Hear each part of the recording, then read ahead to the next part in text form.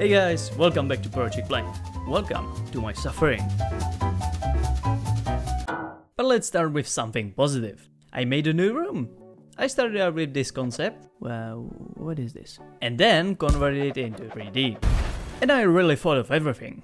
There are drawers, tables, boxes, doors? Nah, puzzles, wheels, computers, pillars, freezers, science stuff, and this puzzle I was building it for. Nuclear cores of some sort, and a robotic arm. Anyway, the modeling part went really well.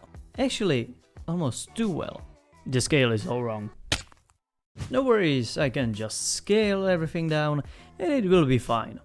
Except that I wanted to build that robot puzzle so badly that I only modeled a bigger room and that was it. But from now on I was ready to focus on the puzzle itself. Here's how it should work, and actually it's pretty simple.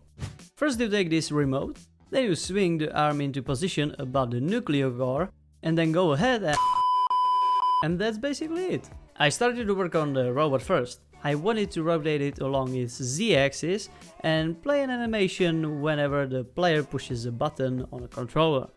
Easy enough, I just have to rig it.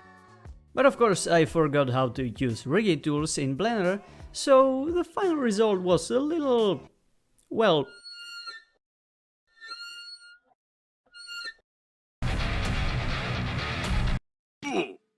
but it was nothing in comparison what I discovered next. So you know how VR games give you the option to rotate yourself with a joystick? I want my game to have this feature too, but this puzzle will have to disable it and rotate a robot instead. Why? Because this is what the remote from my robot looks like, and this is what your controller looks like. Why? Because I think it's a good idea. But what? No more questions. Unfortunately, this decision led me to a surprising discovery. I'm dumb. Let me explain my situation. Normally, when you start a new Unity VR project, you are faced with a decision. To interact with stuff, you need to either use Unity's interaction toolkit or program your own interaction system. Or buy one! But I'm running kinda low budget operation over here, so that ain't for me. Now obviously I chose to work with Unity's interaction toolkit. No problem so far. But wait, there's another little decision to make. Which input method will you use? And here lies the source of our problem. I chose the wrong one. I have to scrap the whole player and rework everything related to this system, because now this puzzle wouldn't work. First thing I had to do was to carefully read the documentation for action-based input, watch a couple of tutorials, and then I quickly decided to look at some VR examples. Oh look, here's one. I think I get it now. Now it's time to make my own player. And we just... Our new custom player VR rig is finished. You could argue that I could program all of this myself. And to that, I can only say... Do you even understand how much time will I save by doing this? This much. Tunnel vignette is an important feature for every motion sick person. I personally don't use this feature, but since I don't want you guys to get motion sick, I have to add it. But of course it will be optional to turn it on, and it is quite simple to actually implement it. I only need a plane in front of a player's camera and a special shader that will do this effect every time the player teleports.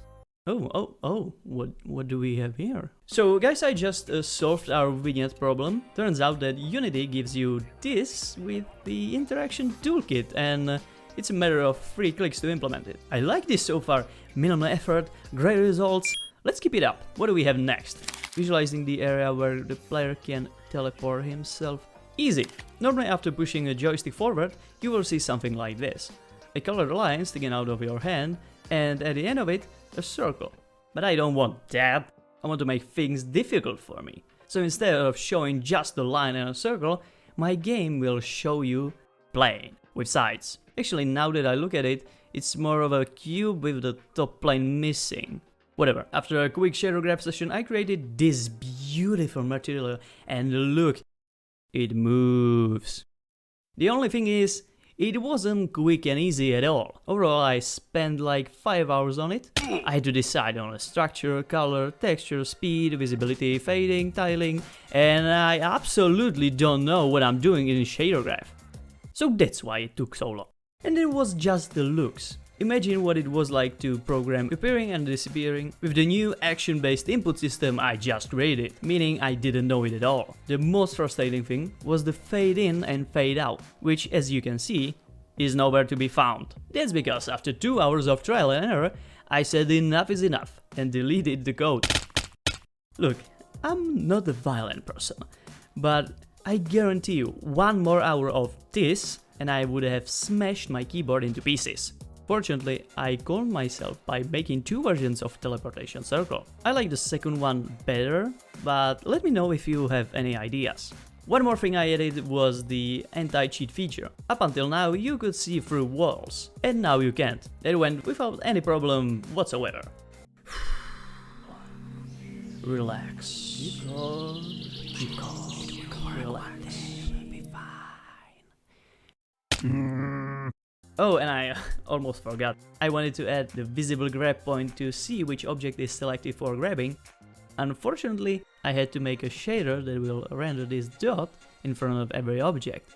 And for some reason, it rendered the dot only for left eye.